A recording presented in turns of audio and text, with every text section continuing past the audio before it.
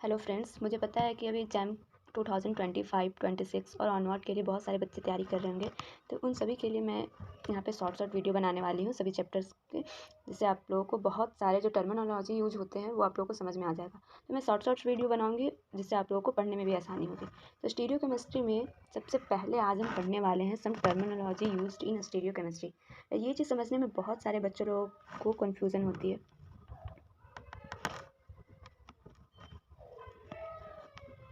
तो इसमें सबसे पहला जो आता है optically active molecule. Optically active molecule उस मॉलिक्यूल को कहेंगे जिसमें कोई भी सिमेट्री प्रेजेंट ना हो, यानी कि पीओएस भी प्रेजेंट ना हो, सीओएस भी प्रेजेंट ना हो, और वो molecule non super imposable mirror images हो। मतलब अगर कोई मॉलिक्यूल है और अगर हम मिरर में पास कर रहे हैं और इन दोनों का जो मिरर इमेज है वो एक दूसरे पे ओवरलैप नहीं करना चाहिए, तभी उस मॉलिक्यूल को हम लोग ऑप्टिकली एक्टिव मॉलिक्यूल कहेंगे। अगर सीओएस और पीओएस प्रेजेंट है तो वहाँ पे हम लोग उस मॉलिक्यूल को ऑप्टिकली इनएक्टिव मॉलिक्यूल बोलेंगे। अब इसमें दूसरा टर्मिनोलॉजी जो यूज होता है वो होता है एसिमेट्रिक एटम। ये काफ़ी बच्चों को पता होता है। एसिमेट्रिक एटम मीन्स कोई सेंटर पे ऐसा एटम जो अपने साइड एटम से साइड डिफरेंट 4 एटम से जुड़ा हुआ हो, जैसे कि ये।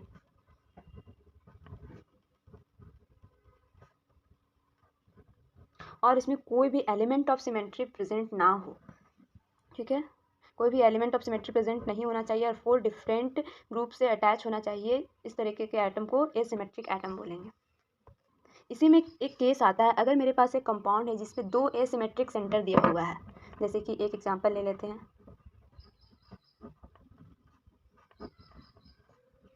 ये मेरा है टार्टरिक एसिड।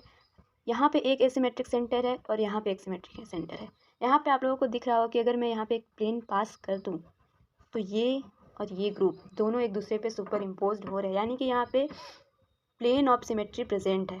तो अगर 2 एसिमेट्रिक सेंटर प्रेजेंट हो और प्लेन ऑफ सिमेट्री भी प्रेजेंट हो तो इस तरीके के कंपाउंड को बोला जाता है मेसो कंपाउंड। मेसो कंपाउंड में बहुत सारे लोगों को अभी तक कन्फ्यूजन होती है। तो मेसो कंपाउंड उस कंपाउंड को बोलेंगे जिसमें 2 एसिमेट्रिक सेंटर हो और ओनली पीओएस प्रेजेंट हो, सिर्फ प्लेन ऑफ सिमेट्री और कोई एलिमेंट ऑफ सिमेट्री प्रेजेंट ना हो। तीसरा मेरा आता है स्टीरियोजेनिक सेंटर।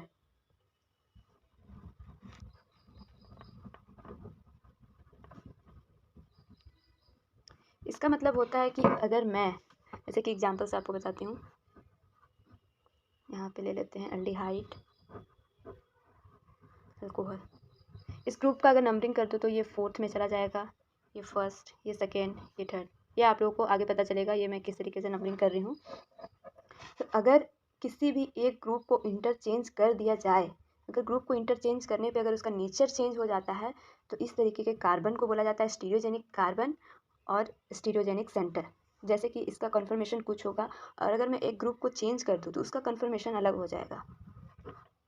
जैसे कि अगर मैं चेंज कर दूँ इसको यहाँ, इसको यहाँ और यहाँ, ये फर्स्ट प्रायोरिटी हो जाएगा, ये 4th, ये सेकेंड और ये थर्ड। तो ये मेरा आर कन्फर्मर कहलाता है, आर फॉर्म, और ये मेरा एस फॉर्म। ये आप लोगों को आगे पता चलेगा कैसे एस और आर फॉर्म मैं बता रही हूँ। तो अगर किसी एक ग्रुप को चेंज करने पे उसका नेचर चेंज हो जाता है तो इस तरीके के सेंटर एटम को स्टीरियोजेनिक सेंटर बोलते हैं। और यहाँ पे कार्बन प्रेजेंट है इसलिए इसे स्टीरियोजेनिक कार्बन भी बोल सकते हैं। अब मेन चीज़ आता है अगला मेरा 5वां जो है कन्फर्मेशन।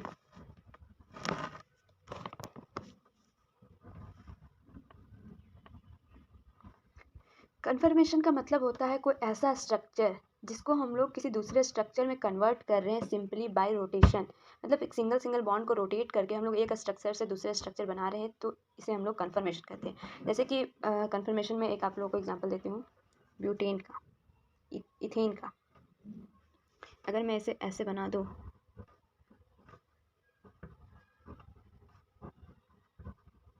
तो ये मेरा स्टैगर्ड कन्फर्मेशन कहलाता है। और अगर इसी को मैं थोड़ा सा रोटेट कर दूँ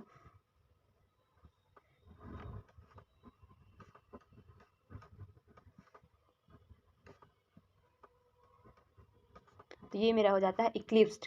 मतलब अगर किसी सिंगल बॉन्ड को रोटेट करके अगर हम लोग किसी दूसरे स्ट्रक्चर में कन्वर्ट करें तो वो मेरा कन्फर्मेशन होता है। और छठा जो आता है कन्फिगरेशन। कन्फिगरेशन का मतलब होता है हम लोग रोटेशन से दूसरे स्ट्रक्चर में कन्वर्ट नहीं कर रहे, हम लोगों को बॉन्ड तोड़ना पड़ रहा है, या तो एक बॉन्ड या तो 2 बॉन्ड, तो उसे हम लोग कन्फर्मेशन कहते हैं। ठीक है, इसमें मैं आप लोगों को एक चार्ट बना देती हूँ, जैसे कि सबसे पहले स्टीरियो आइसोमर्स को कैसे कैसे हम लोग डिवाइड करते हैं।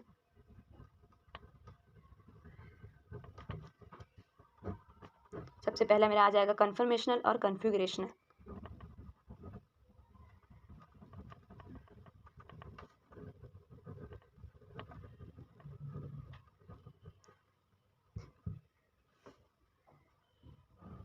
कन्फर्मेशन अभी मैं आप लोगों को बताई रोटेशन, तो इसमें भी हम लोग बांट सकते हैं रोटेशन अबाउट सिंगल बॉन्ड या फिर अमाइन इन्वर्जन।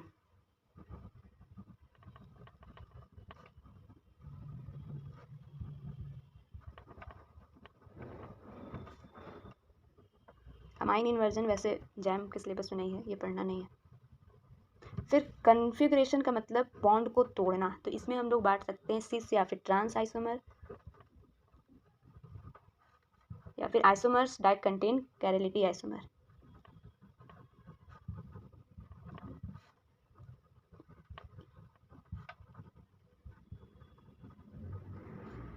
कैरेलिटी सेंटर्स।